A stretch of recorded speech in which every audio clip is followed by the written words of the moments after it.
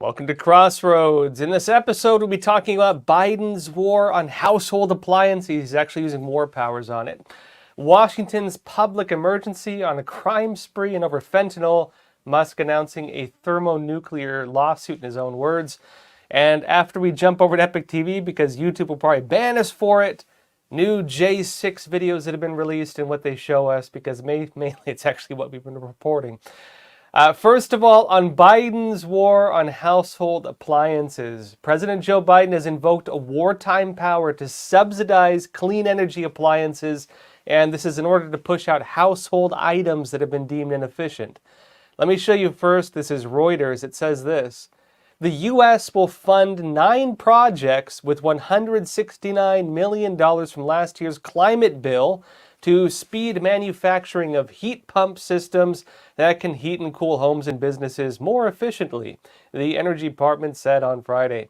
It says the awards are the first from the department's authorization invoked by President Joe Biden using emergency authority on the basis of climate change to employ the Cold War-era Defense Production Act, DPA, to boost spending on clean energy technologies. And on that, it says the funding will go to manufacturers including Armstrong International in Michigan, Honeywell International in Louisiana, and Ice Air in South Carolina. Now, what's happening with this? Basically, people have noted that these energy efficient, quote unquote, appliances are not necessarily that much more efficient, especially when it comes to stoves and gas stoves.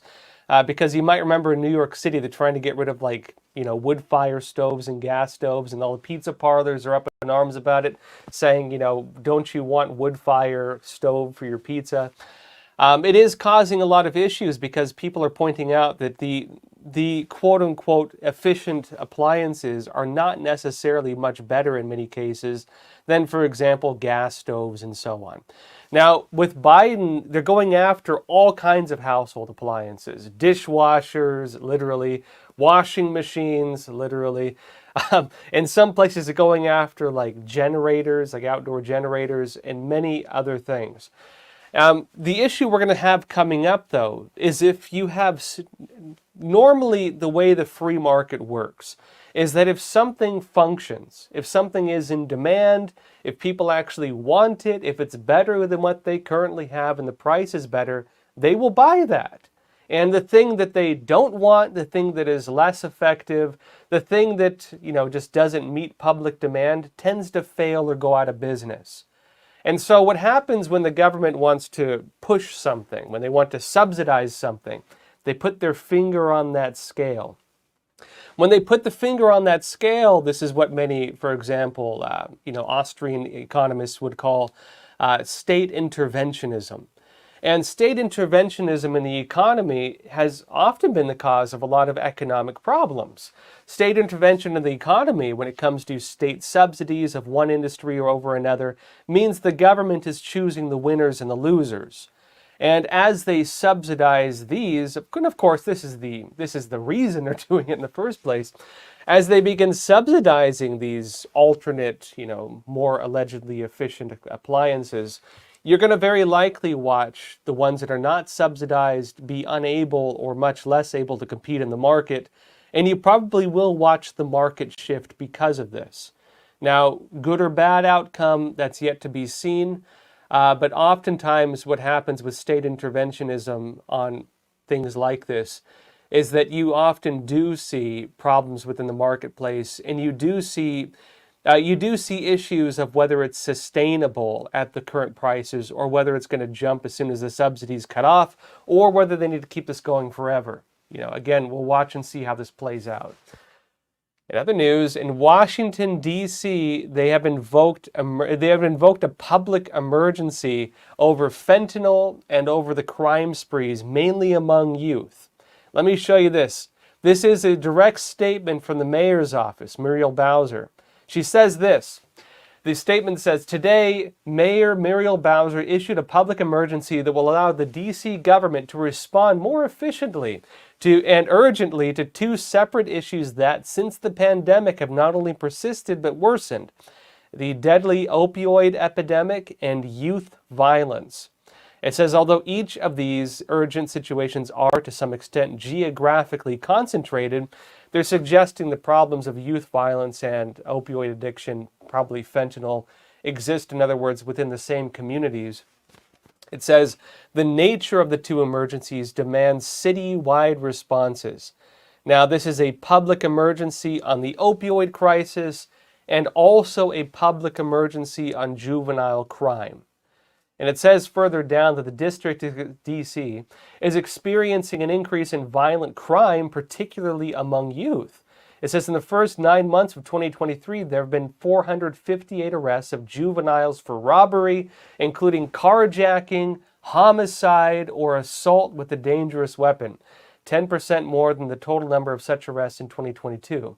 A total of 151 juveniles have been arrested for carjackings, which represents 1/3 of all carjacking arrests. And it says the number of district youth victimized by violent crime has also increased significantly. Between January and October 2023, 97 juveniles suffered gunshot wounds, including 15 homicides, a 9% increase from the same period in 2022. Now, a lot of people are blaming this on the woke DAs and the weak on crime policies we're seeing.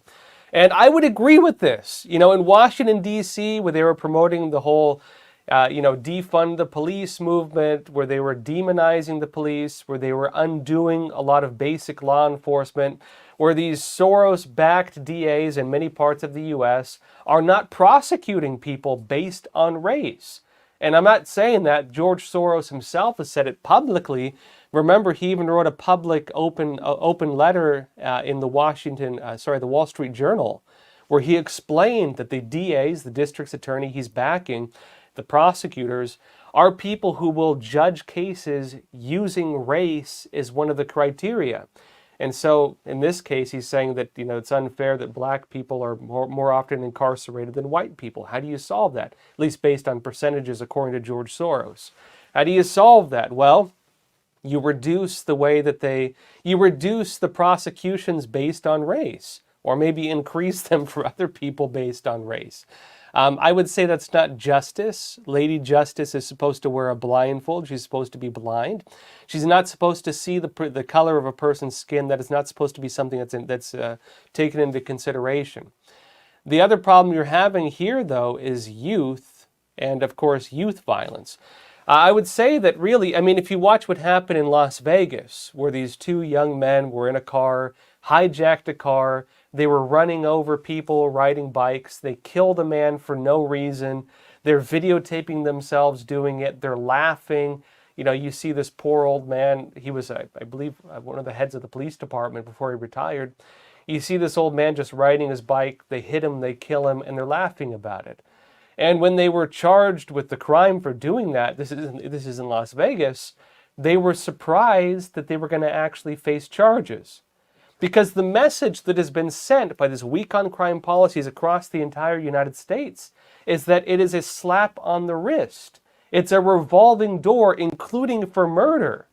At least that's the message that's been sent to a lot of young people in this country. And so, normally justice serves two purposes. Justice is not to, victimize people. Justice is not to go out and target people. At least it shouldn't be. Justice is meant for two things. It is justice for the victims and justice for the families, meaning that, if someone kills one of your family members, you very likely want to see the person held accountable for that. You don't want to see them get off the hook. And oftentimes when they are let off the hook, it is devastating to the families of the victims. That's one side of justice. The other side is preventative justice, to make it so that, of course, the punishment, the consequences of these actions outweigh the consequences in the moment. And so a person who's in a situation where they're, holding a gun or, wondering if they should steal a car, have to weigh in their heads whether the crime is worth the time, so to speak. And when you unravel that, you send a message to these individuals that, hey, there's no punishment. Why not do it? And what you're watching across the United States right now, unfortunately, because of that policy, is that crime is given an excuse. Crime is given a racial excuse. Crime is given an age excuse. And crime is given the excuse based on this concept that it's okay to victimize certain people because of, historical problems or because they owe you something. That's the message that has been sent by the system. And so when you have problems like this happening in Washington, D.C., lo and behold, this is the consequence of those policies, I would say. Now, in other news, Joe Biden is actually falling in the polls really hard right now, to the point where one of Obama's main advisors is warning that Biden should actually reconsider running for 2024 for the office of the president. Let me show you first off what CNN is saying. And keep in mind, I don't oftentimes show polling too much, but this is important. It says this. This is CNN, folks. The truth is that Trump has a small but clear advantage over Biden right now. This makes Biden just the second president since scientific polling began to trail in his re-election bid at this point in the campaign. Take a look at the recent national surveys from CBS News, YouGov, CNN, SSRS, Fox News, Marquette University Law School, and Quinnipiac University. All 5 are high-quality polls that meet CNN standard for publication. It says all 5 give Trump an advantage of 2 to 4 points over Biden among registered likely voters. And based on this new data coming out, in other words, Trump is beating Biden in the polls, including on very skewed left-wing polls. Based on this, let me show you what Daily Mail is saying. It says the Democrat strategist to help mastermind Barack Obama's 2008 White House victory has offered a damning indictment of Joe Biden's chances next year. David Axelrod shared his analysis on the poll published on November 5th by the New York Times and Siena College, which showed the president, Joe Biden, 80 years old, behind Trump in 5 of 6 key battleground states. And it says that he claimed the data will send tremors of doubt through the Democratic Party, and added that Biden needs to decide whether running in the 2024 presidential race is in his or the country's best interest. In other words, Obama's main advisor for 2008 and his victory is suggesting that Joe Biden should actually reconsider running. Again, not only for Biden, but for the interest of the Democrat Party. Now, everything else aside, Biden has faced many different, I'd say, divisive issues.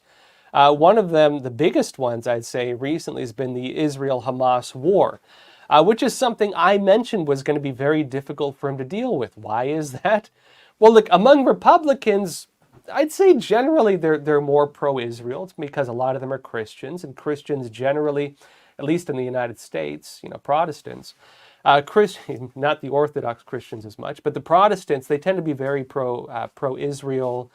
They tend to be, very much support Jews and Judaism. Of course, the first part of the Bible is the First Testament, or the Old Testament, which is, of course, the Jewish Bible.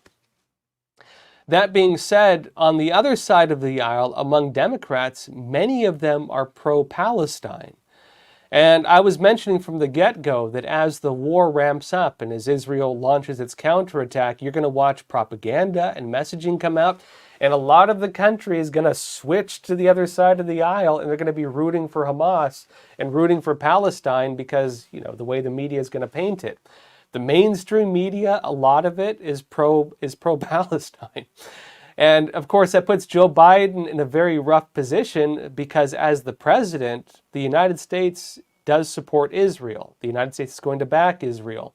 And I mentioned it's going to be a very fine line as Israel launches an actual war. They did declare war on this and begins countering against them, especially once the propaganda begins.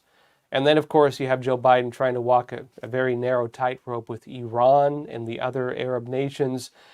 For him, you can judge for yourself how well he's handled this. But by sticking by Israel, for the most part, he's actually divided his party. And for a lot of them, this has been a very divisive issue. Very interestingly, which I think we could have saw coming. At the same time, even the border crisis is causing a lot of problems in New York State, for example, in New York City, for example. The crisis of the border is becoming unsustainable completely. New York City, because of laws here, the mayor has to house or has to make sure that every single illegal alien is given a house, given a room, and given food. The city can't afford it. Remember last week where I was joking? I was like, I don't know what the New York City even pays for anymore with our taxes that I still support. They don't fund the police have already been dismantled for the most part. They can't enforce normal law. I mentioned, other than police, fire department, and maybe like sanitation, I don't really know what they're spending our money on that actually benefits us. Well, guess what, folks?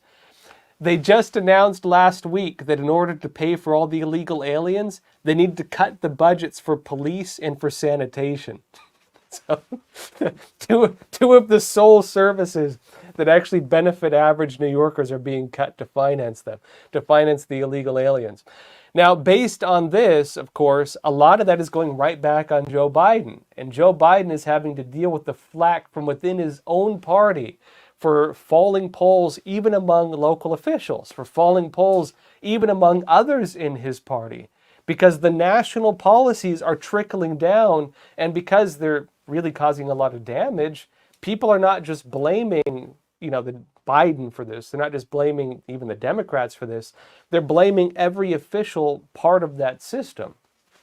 And so you're watching a lot of people as they turn against those policies, they're turning against the whole Democrat Party, which I believe is what's reflecting at the polls right now. Now, in other news, Elon Musk is announcing what he's framing as a thermonuclear lawsuit. And this is big when it comes to free speech. Now, let me explain it. He's threatening to sue Media Matters. In fact, he said he'd be filing the lawsuit this morning. This is what Musk had said previously. He said the split-second court opens on Monday, that's today. X Corp, which formerly known as Twitter, will be filing a thermonuclear lawsuit against Media Matters and all those who colluded in this fraudulent attack on our company. Now, Musk posted an open letter laying out the case. He's accusing Media Matters, which is, they claim to be one of these groups that goes against disinformation. In reality, they're like one of the big Democrat Party supporters that works on media issues. And so they tend to target enemies of the Democrat Party under the label of going against, online hate and stuff like that. He's accusing Media Matters of representing user experience on X. And he argued the product that X provides is free speech. If you download Twitter, which of course is now called X, you're doing it because you want to read what other people have to say, and you want to say what you want to say. The product that is the basis of the company is free speech. If you restrict speech, you damage the product. You damage what it's supposed to provide. You make it so that the people who you go to read information from cannot say what they actually mean. And you make it so that you as an individual buying the product to have a platform to say what you want are not able to say what you want. That's what he's arguing. He says that these companies targeting X right now have an agenda not against the company, but against free speech itself, to the extent that they will even mislead advertisers to try to destroy X. Now, he says that Media Matters, in order to run this whole, what he frames as a scheme, created alternative accounts, curated their feeds, and then basically kept refreshing the timeline, reloading the page to force a scenario where they saw more ads. Musk is claiming that by doing this, Media Matters kind of falsified some of the data. And the letter ends with a statement saying, if you're really in on protecting free speech, then we all need to protect it completely. Meaning, look, if you believe in free speech, it means you believe in people saying things you don't necessarily believe in.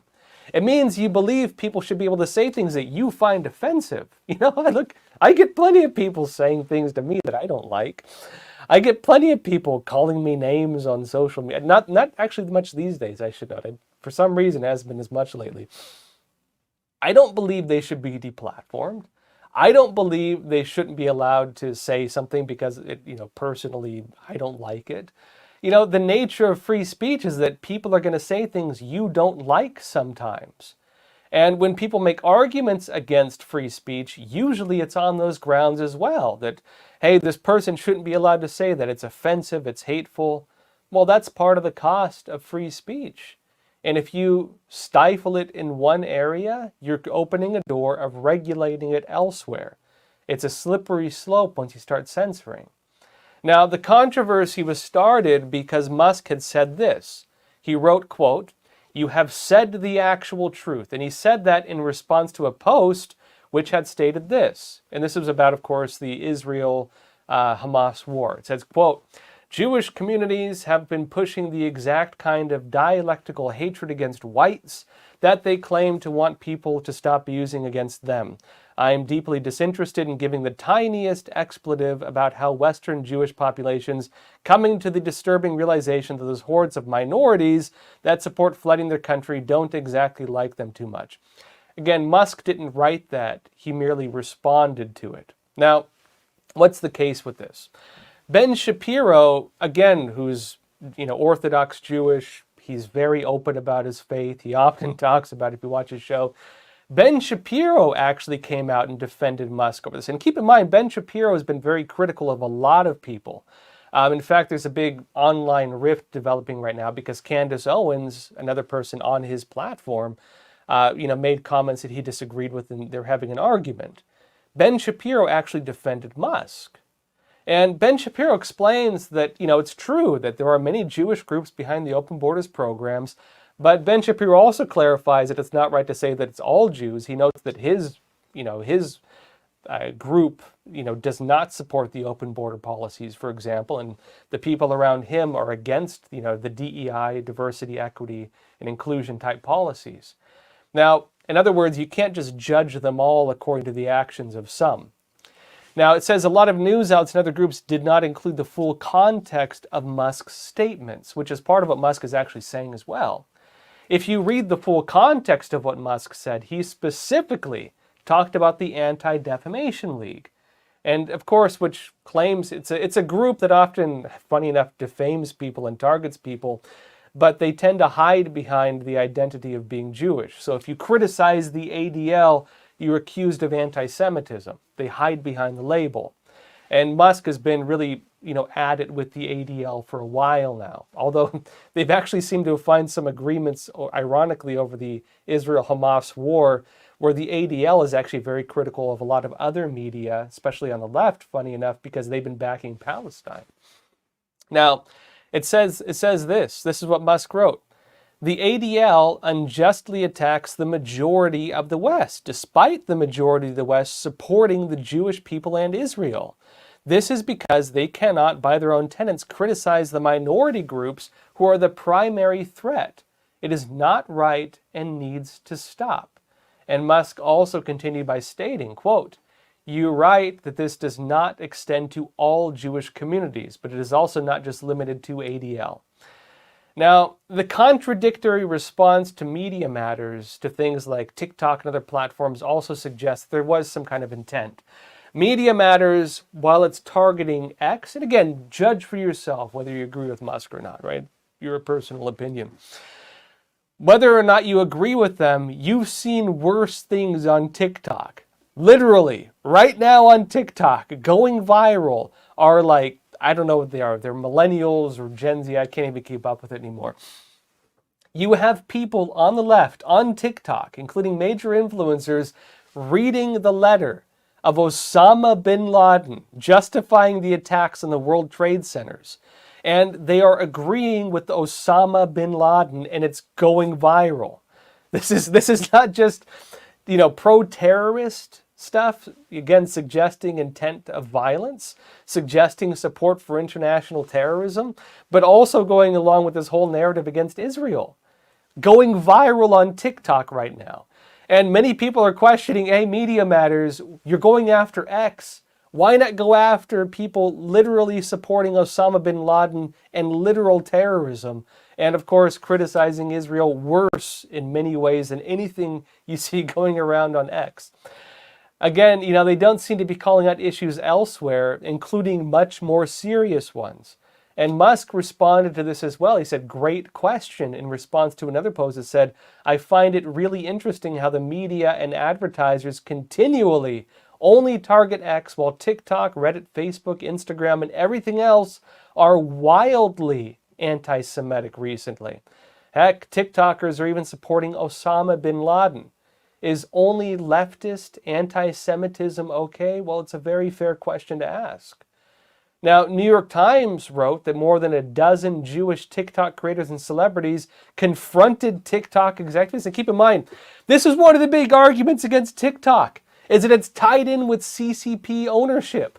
TikTok, under ByteDance, is a Chinese company. And many people were saying the CCP can monitor your data. The CCP can control the algorithms. That's one of the big concerns.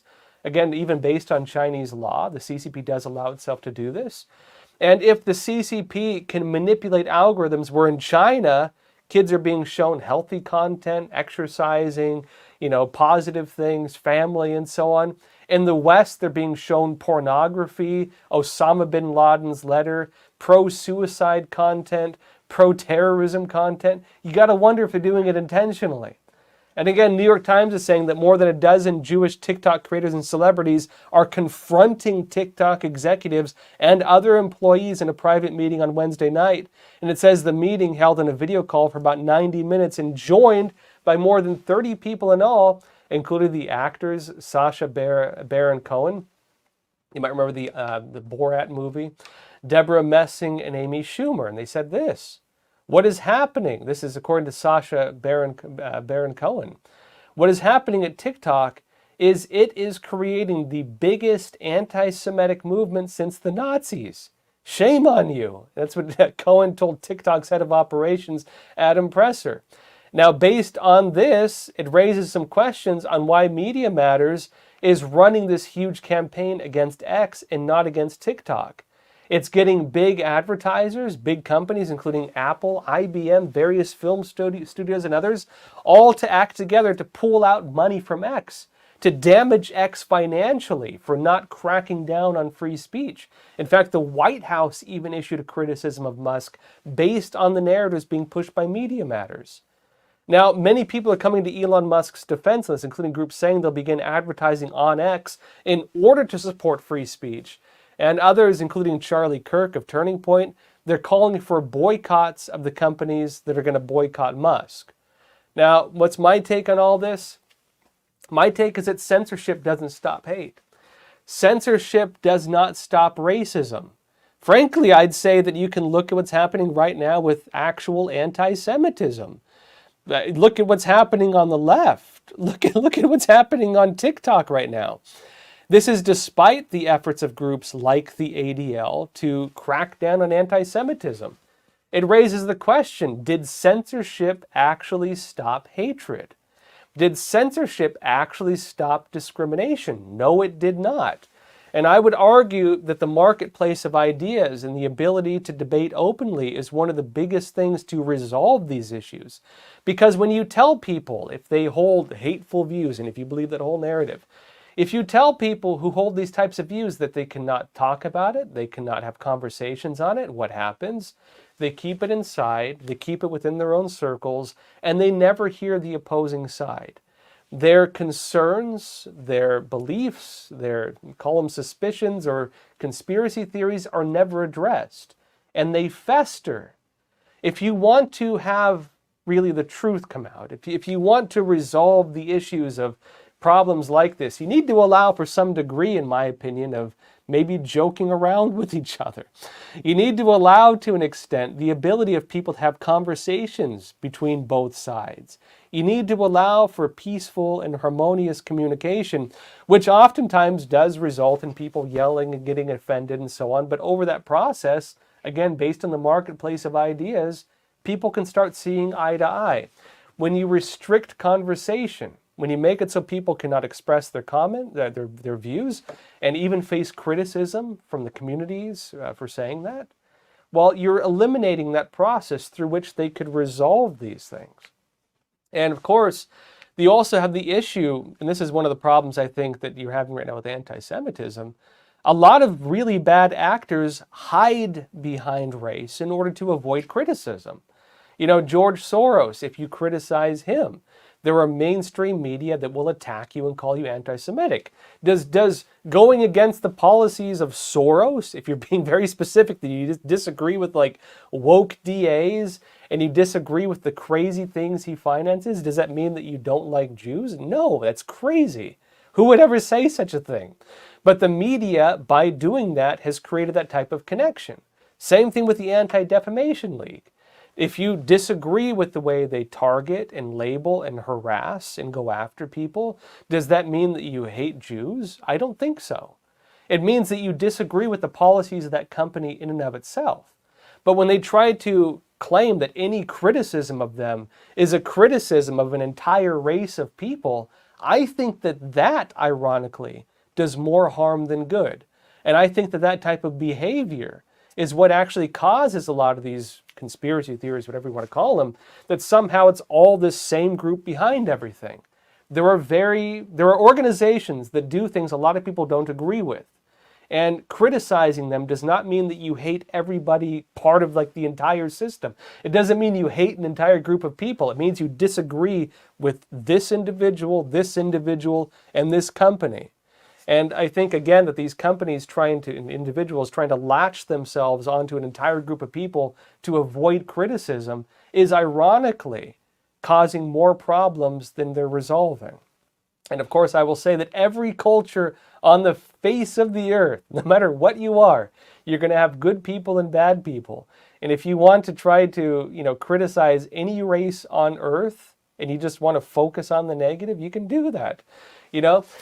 If you only focus on the negative parts of any group on the face of the earth, whether, you look at the narratives on white people and historical, the labels they use against them, is it right to do that? I don't think it is. If you write off the good of people and bunch people all in together, I don't think that's a good way to view things, personally. I think individuals should be judged based on individual merit, not based on some kind of monolithic view. And I personally believe that open debate and open discussion on these things is the best remedy to it. I think free speech is the best remedy to it. My personal views, at least. Now, that said, we're going to jump to Epoch TV to talk about some information I cannot talk to you about on YouTube. We're going to be talking about the release of unedited videos from January 6th. And again, YouTube, Facebook, a lot of these public places will probably give me a strike if I talk about it. So for the rest of the episode, come join us on Epoch TV, and we'll also go into questions. And so let's jump over for that, and I will see you in a bit.